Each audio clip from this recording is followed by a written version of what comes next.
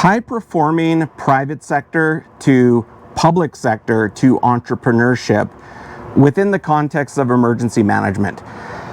I'm not going to really relate it to emergency management too much at the beginning, because this is more about a general observation of just the transition from private in a very high-performing culture in a US-based corporation, even though I was in Canada, to provincial public service culture to entrepreneurship. And going from private to public, there was kind of this tension of like culture. Moving from private to public meant less of a focus on dollars and performance-based results in terms of profit. I mean, it was always the case that we wanted to be responsible with the money that we had, whether it's a private budget or a public budget. But private obviously measures its success and performance by profit or shareholder value.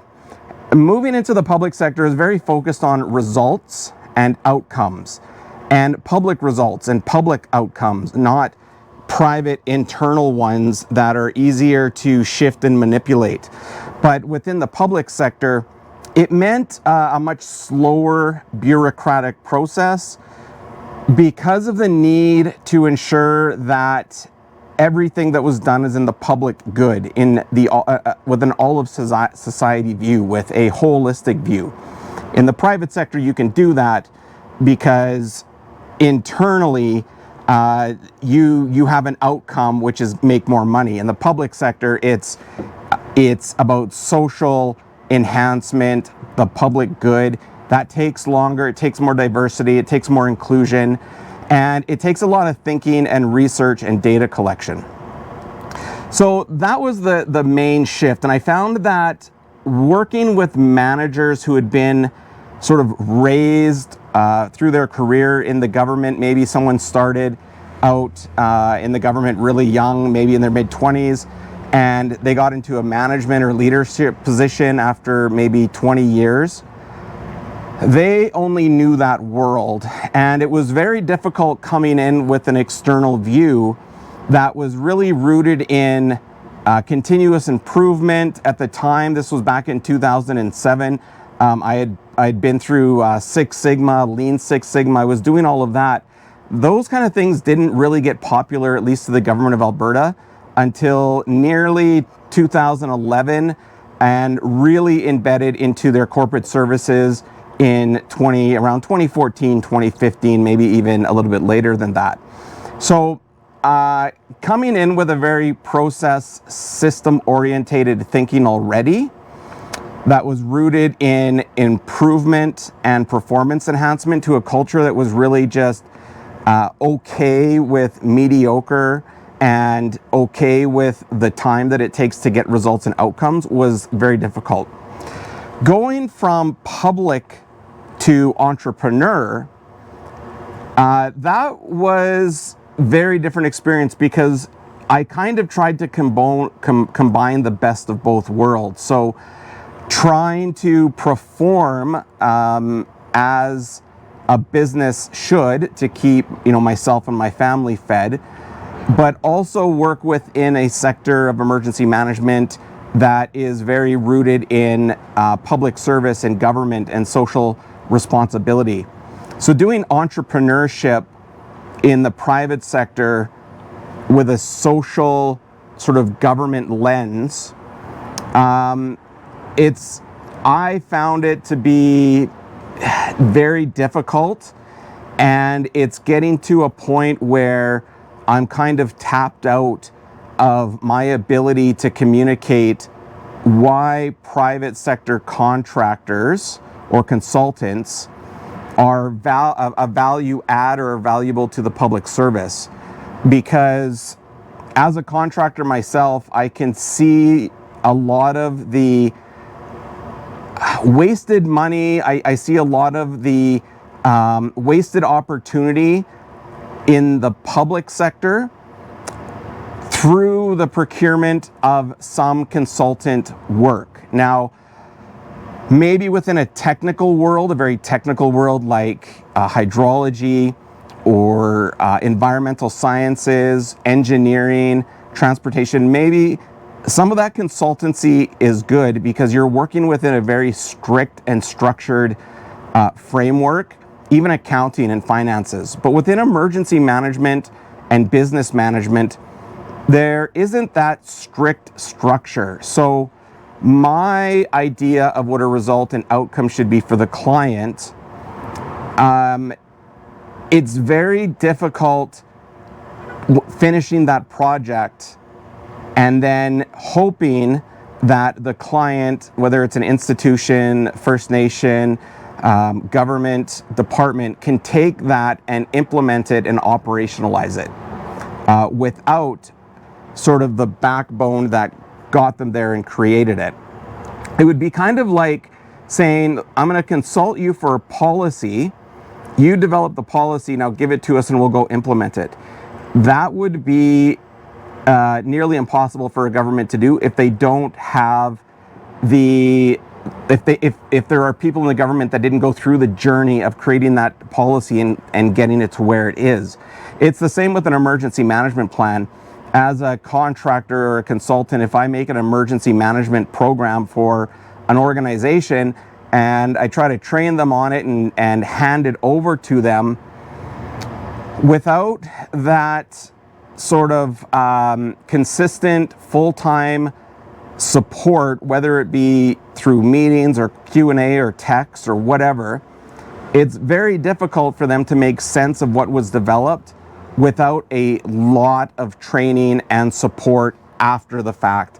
And that is really expensive, because if you can develop that in-house, then you've got that knowledge base accessible, right? You've got it accessible at the cost of the salary that you're already paying, not an external contracting fee.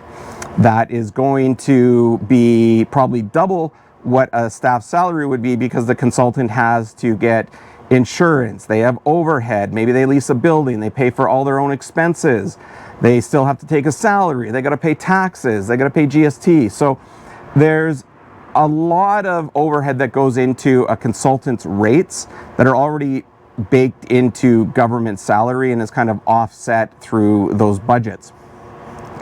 But the main point of moving from private to public to entrepreneurship, the one thing that I've learned when it comes to emergency management is, when I was in the government, you were siloed within the emergency management continuum, meaning I was the manager for recovery, I was the manager for training, accreditation, and standards, meaning I worked solely in a world of recovery and then solely in a world of preparedness. And I dipped my toes into response, but only through a coordination role at a provincial level, not a very tactical on the ground level. So I was always in one part of the cycle, and I found that being in recovery all the time was very exhausting. You're always dealing with communities and people that are at they've gotten over the acute stress of the response or the evacuation. Now they're in the long-term chronic stress period of their life around this an event. And working with people under those conditions it's extremely taxing if you don't have good self-care practices. Then moving into preparedness, that kind of brought me out of dealing with recovery and into a mode of, working with communities, working with people that wanted to be prepared. It was a totally different part of the cycle, different relationships, different conversations, different actions and activities at my work plan level. It was very refreshing, and it got me out of recovery, which was really nice. Moving to entrepreneurship, I've been in all four stages of the continuum continuously at multiple times, whether it's supporting non-structural mitigation or mitigation projects, preparedness, being in a community, responding in a coordination center, or actually at a failed ice bridge, and then at the recovery piece. So I kind of find it interesting for myself that in the government it was very siloed. Entrepreneurship, I was in the continuum all the time, going back and forth, doing different things for different clients. And that in itself has its own stress, because you're constantly also trying to develop business as a contractor. You're trying to satisfy the clients you have, but you're also needing to make sure that there's a relationships out there to bring in new clients. And I find it really hard to balance the needs of my clients while also having to put my attention towards finding new ones. Because it's kind of like, I kind of equate it to fishing a little bit. Really, when you catch a fish, sure, you knock it out and you put it away and you've caught it and you deal with it later. You go on to catch the next fish. But with clients, it's not the same. You catch a fish, you catch a client, you can't knock it out. You've got to look after that, and you've got to meet the scope of the contract. And while you're doing that, it's really hard to go and cast another line. Unless you've got a substantial team behind you, some business development support, a network that is willing to meet with you. But again, when you work for governments, it's difficult to have those conversations outside of a procurement cycle. There's a lot of conflict of interest. There's a lot of lobbying. I chose to register myself as a lobbyist with the provincial and federal governments in Canada because I wanted there to be transparency around any meetings I've had with elected officials, or just sending emails to them with ideas. So you've got to work within those frameworks. And again, unless you have a massive business development and lobbying budget to wine and dine and go and travel and meet those people where they're at, it can be very difficult. So entrepreneurship and emergency management, if you can get a niche for yourself within your community or region that can pay for your services and sustain your life, great. But again, it's very, very difficult, because one region is really, can be monopolized by one or two contractors.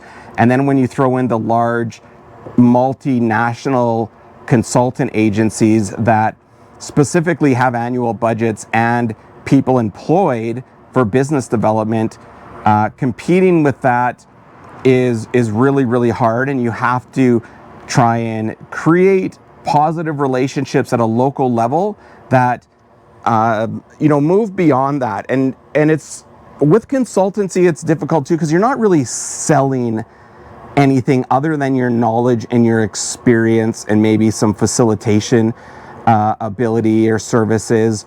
But when you're a company that has products to sell, or you've got products or services to sell that are regulated and required by legislation, that can be easier. I'm not saying it's easy, but it definitely removes a lot of the challenges and barriers. With emergency management, there isn't enough legislation and compliance requirements to really require governments or communities or organizations to have to do audits and assessments and, very technical plans. So for example, in Alberta, there is the Local Authority Emergency Management Regulation. It's, in terms of compliance requirements, it's tiny. Communities can self-assess. They've got the field officer program to help with that.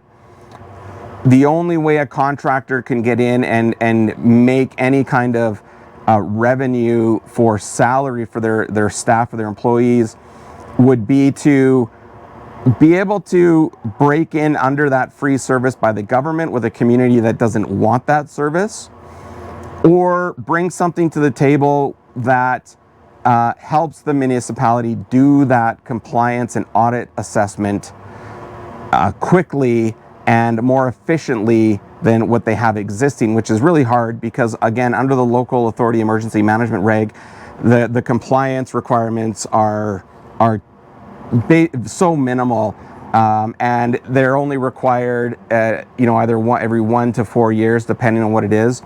So it's very difficult. Plus, again, where that leads back to in terms of entrepreneurship in specifically emergency management, if you're siloed in a province, trying to move to different jurisdictions can be difficult because they're looking for people with experience in their jurisdiction, relevant to their legislation, relevant to their policies. And if you can't demonstrate that you've learned that, then they're going to go with the ones that are operating more fluently in their jurisdiction. And if you're looking for variety and wanting to get out and see different parts of the country, that can be a barrier and a challenge, and it's very expensive because then again you've got to travel. Also, governments love procurement process, writing requests for proposals, responses to those. It's a lot of work, especially again when you're up against large national consultancy agencies that have teams that do that. As a solo entrepreneur or just as one person trying to get contracts, responding to an RFP can take weeks and weeks of time. So you're trying to satisfy your current clients, you're trying to find new ones, you're trying to respond to RFPs. That is basically your life.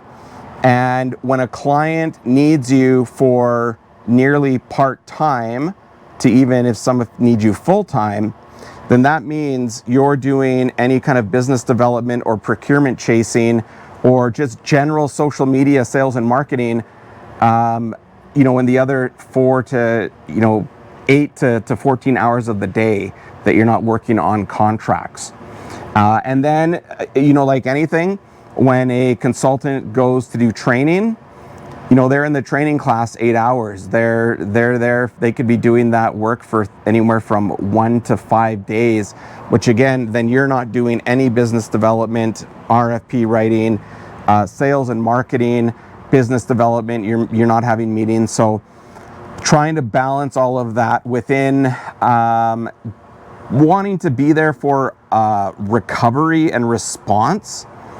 It's very challenging, especially when you aren't delivering a good. If I were to be selling fire extinguishers and structural protection, and if I was offering even restoration services, great. I've got fans, humidifiers, sprinklers, water lines. I've got all of this equipment that communities don't have in their asset inventory. It's easy to rent and sell that because it's a product they require. But again, emergency management planning, policy work, strategic communications, it's not that tangible. So it's a much harder sell because you're trying to sell yourself and your knowledge and your experience, not the proven technical capability or capacity of a high volume structural protection system. Being in my career now for coming into 20 years in strictly emergency management and government, with about 6 years of private sector. So now my career, I'm in my 26th year of what I'll call my career. Having experienced private to public to entrepreneurship, which one do I like the most, if anyone's going to ask that? I definitely do not want to go back to private sector unless it was for an organization that was very open, transparent, and serving a social good. Would I go back to government? Yes, I would go back to some governments. Will I stay in entrepreneurship? Possibly. Do I want to? It's getting to be a little bit more of a difficult question because it is, this constant cycle that is really difficult, and I haven't been able to get myself to employing a team of like 7 or 8 full-time staff And I'm not even sure if I don't think I ever really wanted that. I didn't intend HazardScape to be a company with multiple offices, many staff. It was something I wanted to try out on my own as a career, just to get experience with it. So yeah, that's where my journey is at, through sort of 3 different types of career choices. If you're in your, late 20s, mid 30s, maybe you've been in government or emergency management for 5-6 years, you might be getting to a point too where you're kind of like, where do I go? Maybe you're happy in government, maybe you're happy in the private sector, but maybe you're also wondering about what it's like. Is the grass greener on the other side? Well, sure, because you're going to get new experiences. You're going to get to take risks that you can't in your current situation or current employment. You're going to have different relationships with people. You're going to learn a lot. And where the value in that comes from is later on in your career, when you can tie all of that together and maybe land in a place where you want, and where you can spend the last 15 to 20 years of your career, because you've experienced so many different things. So I really encourage people to step out, move through different career, either if it's the same type of subject matter like accounting, HR, emergency management, but try different organizations, try private versus public versus not-for-profit, get that holistic experience and try and bring those experience to wherever you go, because that's what's really going to help us improve as a people, as a country, as a civilization.